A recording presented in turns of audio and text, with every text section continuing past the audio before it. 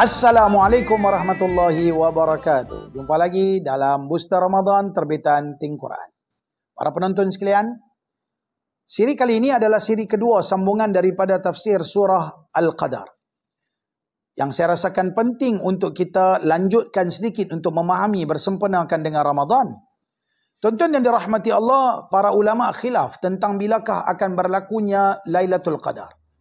Ada yang mengatakan Lailatul Qadar mungkin berlaku pada 10 malam terakhir, ada yang mengatakan pada 7 malam terakhir, ada yang mengatakan pada malam-malam ganjil pada 10 malam terakhir, ada yang mengatakan pada malam-malam ganjil pada 7 malam terakhir, ada yang mengatakan pada malam nuzulul Quran, yakni 17 Ramadan, ada yang mengatakan bulan Ramadan Lailatul Qadar boleh berlaku semenjak daripada awal Ramadan, ada yang mengatakan Lailatul Qadar tu berlaku pada setiap malam dalam Ramadan tapi di tempat-tempat yang berbeza, ada yang mengatakan bahawa Lailatul Qadar tu boleh berlaku pada setiap malam tetapi hanya orang tertentu saja yang akan dapat Lailatul Qadar.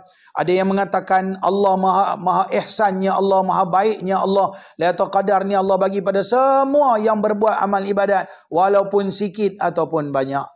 Sehingga dalam sebuah hadis diriwayatkan, sesiapa yang dapat semayang maghrib dan isyak secara berjemaah di masjid, maka dia telah mendapat satu bahagian yang sempurna daripada Lailatul Qadar. Ini berarti seolah-olah Allah nak beri Lailatul Qadar ni pada semua orang. Cuma berapa banyak, yang ni mungkin sikit, yang ni mungkin banyak, dan mungkin ini yang lebih lagi. Ganjaran tu tak sama, tetapi kita pasti akan dapat Lailatul Qadar, mudah-mudahan. Amin, mudah-mudahan. Tuan-tuan, ada 6 amalan yang boleh saya kongsikan dasarkan hadis-hadis Nabawi, amalan Nabi dalam berebut untuk nak mendapatkan Lailatul Qadar, terutamanya pada 10 malam terakhir.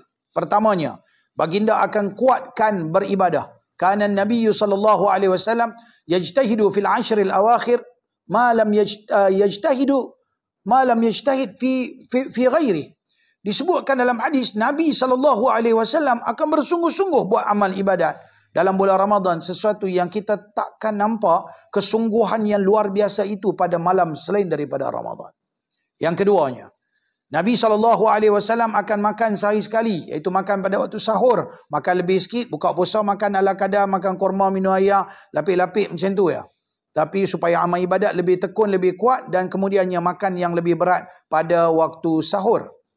Yang ketiga, Nabi akan membangunkan ahli keluarganya untuk turut bangun beribadah. Yang kecil, yang besar, yang mampu untuk solat, yang mampu untuk beribadah, akan digerak, akan dibangun untuk turut beribadah pada 10 malam terakhir. Yang keempat, Nabi akan mandi di antara maghrib dan isyak. Nabi buka puasa di masjid, Nabi balik rumah mandi-mandi, sejukkan badan, kuatkan badan, segarkan badan, Nabi pergi masjid, sembahyang isyak, tarawih, dan Nabi akan beriktikaf sepanjang malam untuk beribadah.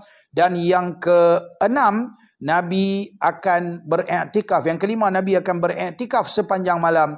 Dan terakhir, yang keenam, Nabi tidak akan tidur dengan isterinya pada 10 malam terakhir. Dia akan menjauhi. Ya, kurangkan bersama dengan keluarga, lebih banyak di masjid, lebih banyak dia dengan Allah. Dengan keluarga ni pada waktu-waktu tertentu. Mungkin sebahagian orang kata lah, tinggal anak bini ke? Yalah, tinggal dalam pengawasan lah. Sambil-sambil kurangkan bersama dengan isteri. Lebih banyak fikir soal akhirat, soal kematian. Bukan nak seronok pada 10 malam terakhir. Janji kita sediakan segala keperluan asas, tetapi kita lebih banyak masa kita dengan Allah. Baca Quran, kurangkan tidur, banyakkan ibadah. Korbanlah sikit kehidupan kita. Saya faham masing-masing ada kerja, kesibukan begitu begini dengan dunia. Tapi Lailatul Qadar hanya setahun sekali. Kalau kita tak berebut untuk kita nak dapatkan dalam 10 hari yang terakhir ini sebagai contohnya, malam-malam yang amat diharapkan berlakunya Lailatul Qadar, bila lagi kita nak bermujahadah, nak lawan nafsu kita, kehendak nafsu kita untuk turut kepada perintah Allah Subhanahu wa taala. Oleh itu, jom, kata Nabi SAW, taharrau, carilah Lailatul Qadar itu. Lailatul Qadar sebenarnya special bagi mereka yang jadikan Lailatul Qadar itu special pada dirinya. Mudah-mudahan Allah anugerahkan kepada kita pada tahun ini dan tahun-tahun akan datang dengan anugerah terhebat kepada umat Nabi Muhammad, iaitulah Lailatul Qadar. Jumpa lagi. Assalamualaikum warahmatullahi wabarakatuh.